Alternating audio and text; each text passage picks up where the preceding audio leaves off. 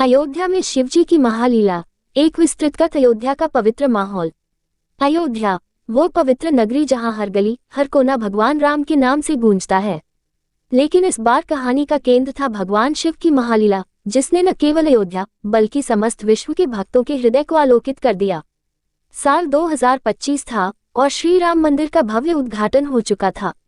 मंदिर की सुनहरी शिखरें, संगमरमर के गलियारे और आध्यात्मिक शक्ति दुनिया भर के भक्तों को अपनी ओर खींच रही थी। हर दिन हजारों लोग दर्शन के लिए आते थे, लेकिन कार्तिक पूर्णिमा का वह दिन कुछ और ही था। पूर्णिमा की रात में चंद्रमा की रोशनी सरयू नदी को चांदी की तरह चमका रही थी। मंदिर के चारों ओर भक्ति की लहरें हवा में तैर रही थीं। सुबह की पहली किरण जब मंदिर के शिखर पर पड़ी तो पूरा शहर जाग उठा। घंटियों की मधुर ध्वनि, मंत्रों का उच्चारण और शिव भजनों की सुलहरियां हवा में घुल गईं। मंदिर के मुख्य द्वार पर खड़े थे पंडित हरिनाथ शर्मा, 68 वर्षीय विद्वान, जिनकी आंखों में शिव भक्ति की ऐसी ज्योति थी मानो वे हर पल महादेव के सानिध्य में रहते हों। उन्होंने अपने सहयोगी युवा पुजारी श्याम सुंदर से कहा, श्याम, आज का दिन अनोखा है। सरयू की लहरें कुछ कह रही हैं। भोलेनाथ का आशीर्वाद आज कुछ महान करने वाला है। भक्तों की भीड़ और उनकी कहानियां।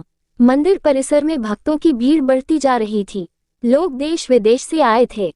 दिल्ली से आया था त्रिपाठी परिवार, जिसका मुखिया था रमेश त्रिपाठी, एक कॉलेज प्रोफेसर। उनके साथ उनकी पत्नी मंजू, बेटा विवेक 16 वर्ष और बेटी अनन्या 12 वर्ष थे। रमेश ने अपने बच्चों से कहा, यह मंदिर केवल भगवान राम का ही नहीं बल्कि शिवजी की भी कृपा का केंद्र है। आज हम प्रार्थना करेंगे कि हमारे परिवार की सभी बाधाएं दूर हों। विवेक, जो इतिहास में रुचि रखता था, ने पूछा, पापा, क्या शिवजी सचमुच चमत्कार करते हैं? रमेश ने मुस्कुराते हुए जवाब दिया, बेटा, सच्ची भक्ति और विश्वास से कुछ भी असंभव नहीं। दूसरी ओर थी शांता देवी, एक 75 वर्षीय बुजुर्ग महिला, जो प्रयागराज से आई थी। उनके हाथ में एक छोटा सा झोला था, जिसमें शिवलिंग, बिल्व पत्र और एक रुद्राक्ष की माला थी। उनकी आंखों में आंसू थे। वे बुदबुदा रही थीं, मेरा बेटा कई सालों से बेरोजगार है। हे भोलेनाथ, उसका जीवन संवार दो। शांता देवी की आवाज में गहरा दर्द और अटूट विश्वास था। एक अन्य भक्त था अर्जुन सिंह, एक युवा वीडियोग्राफर, जो बेंगलुरु से आया था। वह अपने ड्रोन कैमरे से मंदिर की भव्यता को कैद करने के लिए उत्साहित था। उसने अपनी सहयोगी पत्रकार नंदिनी से कहा, नंदिनी, यह मंदिर वीडियो के लिए स्वर्ग है, लेकिन मुझे लगता है आज कुछ असाधारण होने वाला है। नंदिनी, जो एक समाचार चैनल के लिए काम करती थी, ने जवाब दिया, हाँ अर्जुन, मेरी भी यही आशंका है।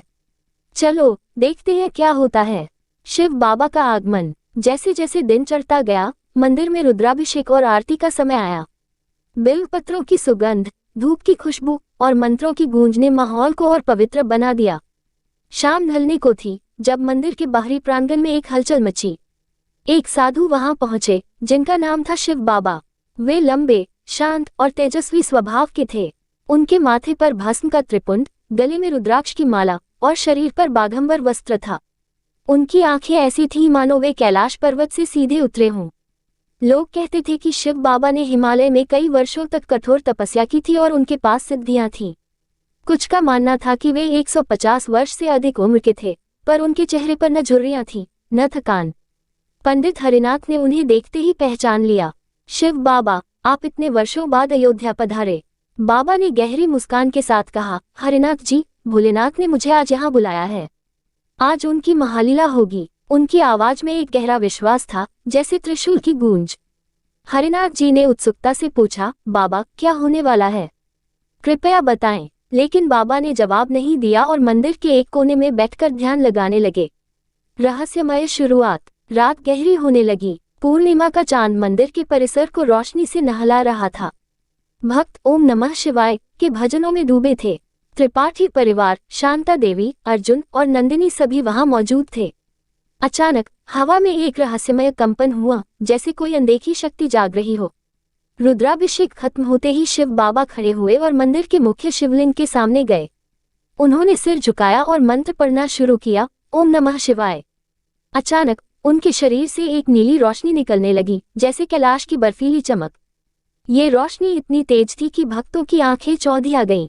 तभी कुछ ऐसा हुआ जिसने सभी को हतप्रभ कर दिया। शिव बाबा के पैर धीरे धीरे जमीन से ऊपर उठने लगे। पहले 1 फुट, फिर 5, फिर 10 फुट। भक्तों की सांसें थम गईं। यह क्या हो रहा है? एक भक्त चिल्लाया। अर्जुन ने तुरंत अपना ड्रोन कैमरा शुरू किया और रिकॉर्डिंग शुरू कर दी। नंदिनी ने अपनी नोटबुक में लिखना शुरू किया।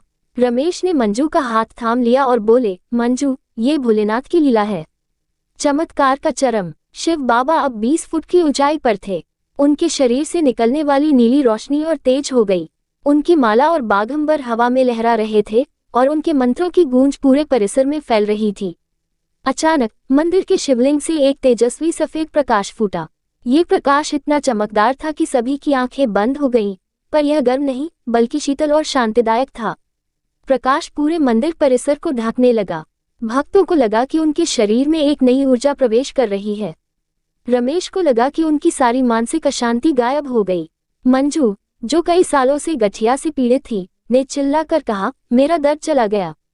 विवेक और अनन्या खुशी से उछलने लगे, जैसे कोई अदृश्य शांति की लहर उनके भीतर समा गई हो। शांता देवी ने अपने झोले से शिवलिंग निकाला और रोते हुए बोली, भोलेनाथ, आपने मेरी पुकार सुन ली। तभी हवा में एक गहरी, गूंजती आवाज सुनाई दी, मेरे भक्तों, मैं तुम्हारे साथ हूँ। तुम्हारे सारे दुख और बाधाएं मैं हर लूंगा। यह आवाज इतनी दिव्य थी कि सभी भक्तों के रोंगटे खड़े हो गए। क्या ये स्वयं भपेओ की मात्रा लपेई की मात्रा न ऐत की आवाज थी?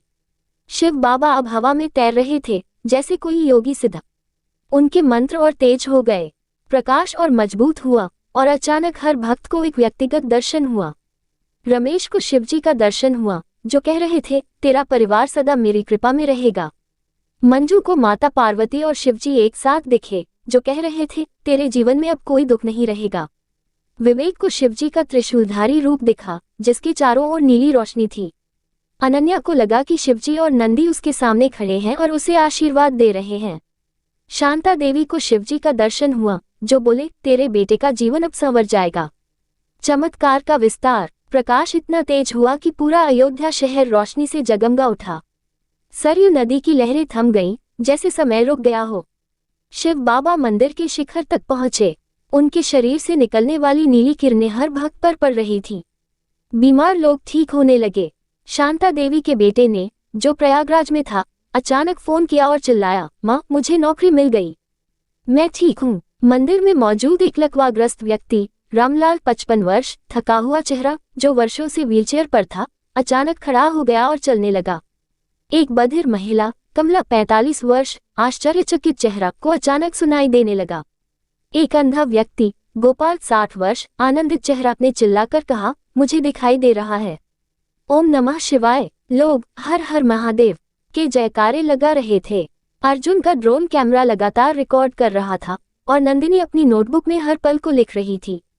लेकिन बाद में जब वीडियो देखा गया तो उसमें केवल एक नीली धुंध दिखाई दी। नंदिनी ने बाद में लिखा, ये चमत्कार कैमरे में कैद नहीं हो सकता, ये केवल आत्मा में अनुभव होता है। चमत्कार का समापन। धीरे धीरे प्रकाश कम हुआ और शिव बाबा नीचे उतरे। उनके चेहरे पर वही शांत, तेजस्वी मुस्कान थी। मंदिर का माहौल सामान्य होने लगा, लेकिन हर भक्त के दिल में वह रात अमर हो गई। शिव बाबा ने आखिरी बार भक्तों की ओर देखा और फिर वे मंदिर के बाहर की ओर बढ़ गए। कुछ भक्त उनके पीछे दौड़े, पर वे सरयू नदी के किनारे पहुंचते ही गायब हो गए। कुछ कहते हैं कि वे सरयू में समा गए, कुछ कहते हैं कि वे कैलाश लौट गए। अगले दिन चमत्कार की गूंज। अगले दिन अयोध्या में खबर फैल गई। मीडिया के लोग मंदिर पहुंचे, लेकिन कोई ठोस सबूत नहीं मिला। अर्जुन के वीडियो में केवल नीली धुंध दिखाई दी। नंदिनी ने अपनी खबर में लिखा, ये चमत्कार विज्ञान से परे था। ये शिव भक्ति की शक्ति थी। त्रिपाठी परिवार पूरी तरह बदल गया। वे अब नियमित रूप से शिव पूजा करते हैं। मंजू का गठिया हमेशा के लिए गायब हो गया। विवेक, जो पहले चमत्कारों पर विश्वास नहीं करता था, अब शिव भक्त बन गया। अनन्या ने स्कूल में शिव बाबा की कहानी सुनाई, जिसे सुनकर उसके दोस्त भी अयोध्या आने को उत्सुक हो गए। शांता देवी अपने बेटे के साथ प्रयागराज लौटी। उनका बेटा न केवल नौकरी पाकर खुश था, बल्कि उसका जीवन पूरी तरह बदल गया। शांता देवी ने अपने घर में शिवलिंग स्थापित करवाया और रोज बिल्व पत्र चढ़ाने लगी। शिव भक्ति की शक्ति। पंडित हरिनाथ ने मंदिर में आए भक्तों से कहा, ये भोलेनाथ की महालीला थी। सच्ची भक्ति से हर असंभव संभव हो जाता है। ये कहानी न केवल एक चमत्कार की घटना थी, बल्कि ये दिखाती है कि शिव भक्ति और विश्वास से हर दुख और बाधा दूर हो सकती है। भक्तों से अपील। दोस्तों, इस चमत्कारी कहानी को अपने दोस्तों, परिवार और रिश्तेदारों के साथ जरूर साझा करें। अगर आप भोलेनाथ के सच्चे भक्त हैं तो नीचे कमेंट में हर हर महादेव और जय श्री राम जरूर लिखें। भगवान शिव की कृपा आप सभी पर बनी रहे।